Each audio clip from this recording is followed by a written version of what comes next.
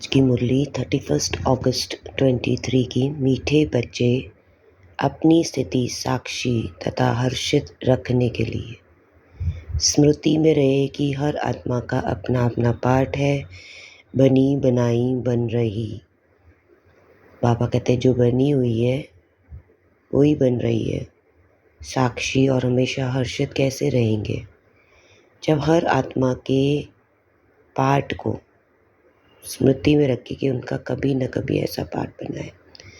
तुम बच्चे किस एक पुरुषार्थ द्वारा अपनी अवस्था जमा सकते हो। माया के तूफानों को डोंट केयर करो, किट्स हो क्या आना है। और बाप जो श्रीमत देते हैं उसे कभी भी डोंट केयर ना करो। इससे तुम्हारी अवस्था अचल अडोल हो जाएगी। स्थिति सदा साक्षी और हर्षित रहेगी। तुम्हारी अवस्था ऐसी होनी चाहिए जो कभी भी रोना ना आए। अम्मा मरे तो भी हलवा खाना। गीत है तुम ही हो माता, तुम ही पिता, तुम ही हो। ओम शांति। बच्चों ने गीत सुना। अक्सर करके भक्ति मार्ग वाले मंदिर में जाते हैं, चाहे शिव के, लक्ष्मी नारायण के, राधा कृष्ण के या अन्य देवी देवताओं के मंदिर में जाएंगे। सबके आगे यही महिमा करेंगे, तमेव माताश्च पिता तमेव। फिर कहते हैं तमेव विद्या द्रविणम तमेव। माना तुम माता पिता भी हो, पढ़ाने वाले भी हो। वास्तव में लक्ष्मी नारायण व सीताराम को तमेव माताश्च पिता नहीं कहेंगे, क्योंकि उन्हों को तो अपने ही बच्चे होंगे। वो ऐसी महिमा नहीं गाएंगे। वास्तव में महिमा एक शिव की है। वह महिमा गाते हैं देव देव महादेव। माना तुम ब्रह्मा विष्णु शंकर से भी ऊंच हो। भक्ति मार्ग में तो कोई अर्थ समझ ना सके। अब बाप कहते तुमने भक्ति बहुत की, अब तुम मेरे से समझो और इस पर गौर करो कि सच क्या है झूठ क्या है। तुम बच्चे अब समझते हो बाप के बारे में और देवताओं के बारे में जो महिमा करते वह सारी रॉन्ग। अभी जो तुमको मैं समझाता हूँ वही राइट है। बच्चों को समझाते यह उल्टा वृक्ष, इसका बीज है परमपिता परमात्मा। वह ऊपर में रहते, वह तो चैतन्य बीज है। तुम ठहरे बच्चे। कई कहते हैं कि सब बीज आदि में भी आत्मा है, लेकिन वह तो जड़ है। बाप को कहा ही जाता मनुष्य सृष्टि का चैतन्य बीज रूप। अब मनुष्य गाते हो गॉड फादर। अच्छा, झाड़ को तुम चैतन्य ज्ञान सागर नहीं कहेंगे। मनुष्य में यह ज्ञान है कि यह बीज है। बीज में ज़रूर झाड़ का ज्ञान होना चाहिए, परंतु जड़ होने के कारण बता नहीं सकते। मनुष्य तो समझ जाते कि बीज नीचे, उनसे झाड़ निकला। कल्प वृक्ष और बैंयन ट्री की भेंट करते। वह जड़ है या चैतन्य। कलकत्ते में बड़ का बहुत बड़ा झाड़ है, उनका तो सारा निकल गया, सिर्फ झाड़ खड़ा। फाउंडेशन नहीं, वंडर है ना। बाप समझाते इस झाड़ का भी फाउंडेशन है नहीं। दैवी देवता धर्म प्राय लोप हो गया, बाकी सारा झाड़ खड़ा है। कितने मठ पंथ है। यह है बेहद का झाड़। बेहद का बाप बैठ समझाते। बाबा लिखते भी है शिव बाबा का बर्थडे हीरे जैसा है, क्योंकि शिव बाबा ही कौड़ी से हीरे जैसा बनाते, स्वर्ग बनाते। अभी तो भारत कितना कंगाल बन गया।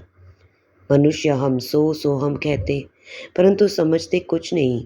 हम आत्मा सो परमात्मा, परमात्मा सो आत्मा। यह ढिंडोरा संन्यास उनियो पितवाया। तुम अर्थ सहित जानते हो। हम सो ब्राह्मण बने, फिर हम सो देवता, फिर हम सो क्षत्रिय वर्ण में जाएंगे। आत्मा कहती हम इन वर्णों में जाएंगे। हम शूद्र थे, अभी ब्राह्मण कुल में आए। परमपिता की सबको रचने वाला, ब्रह्मा विष्णु देवताओं को भी रचने वाला वह है। अभी बाप बैठ सब बच्चों को समझाते। तुम कहते हो तमेव माताश्च पिता, तो माता भी है बराबर। बाप बैठ बच्चों को बहलाते। भक्ति में मीरा भक्तिन थी, वह है भक्तमाला।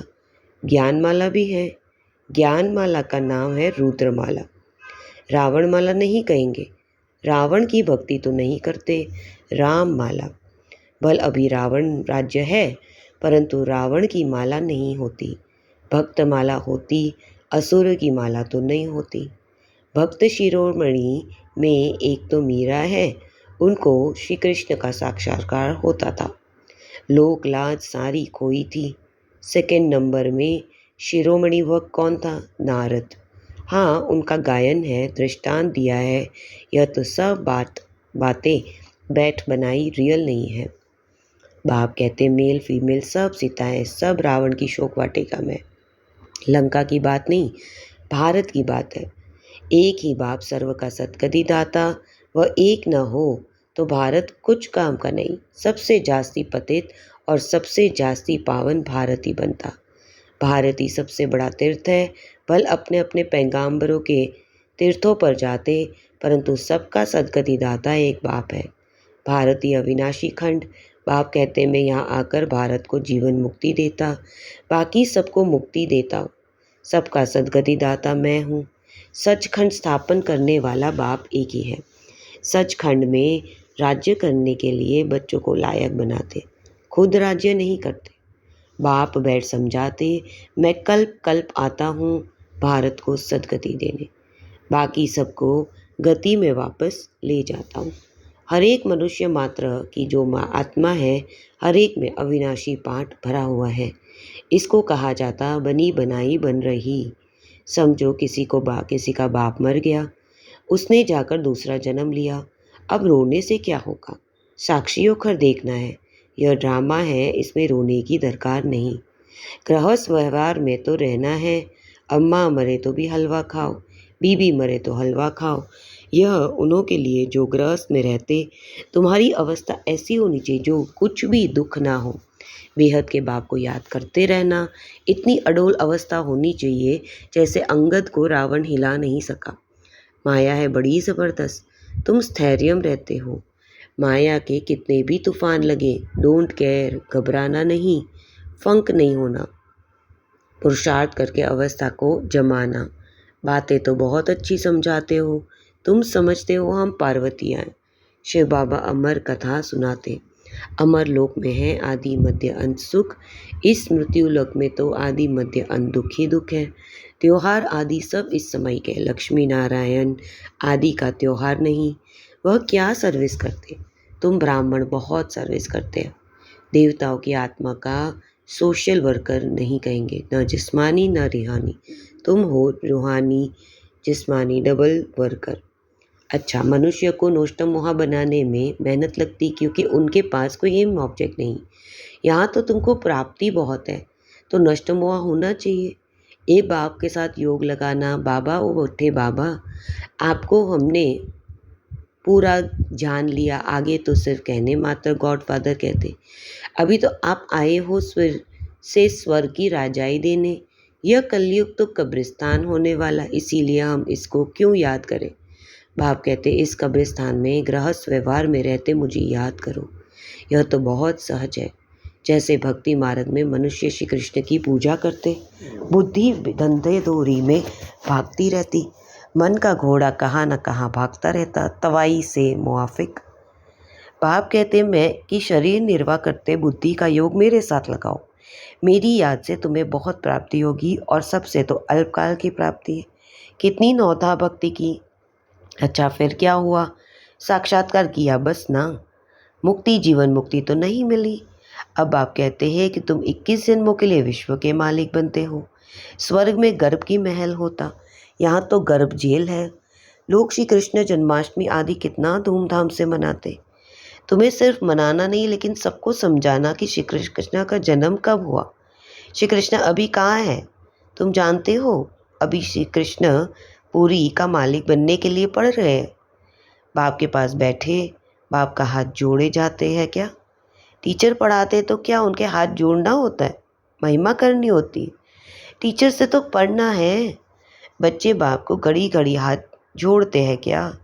इस समय तो तुम घर में हो, तुमको भासना आती है कि ये बाप है, पतित पावन भी है।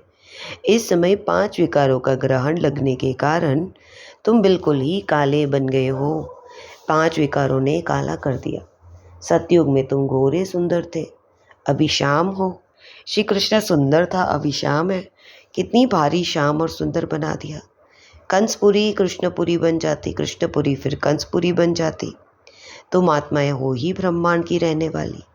ब्रह्म तत्व कहा जाता, अहम ब्रह्म कहना भी भ्रम। तुम ब्रह्मांड के मालिक हो, तुम्हारा सिंहासन ब्राह्मण है। आप कहते मैं ब्रह्मांड का मालिक हूँ ही।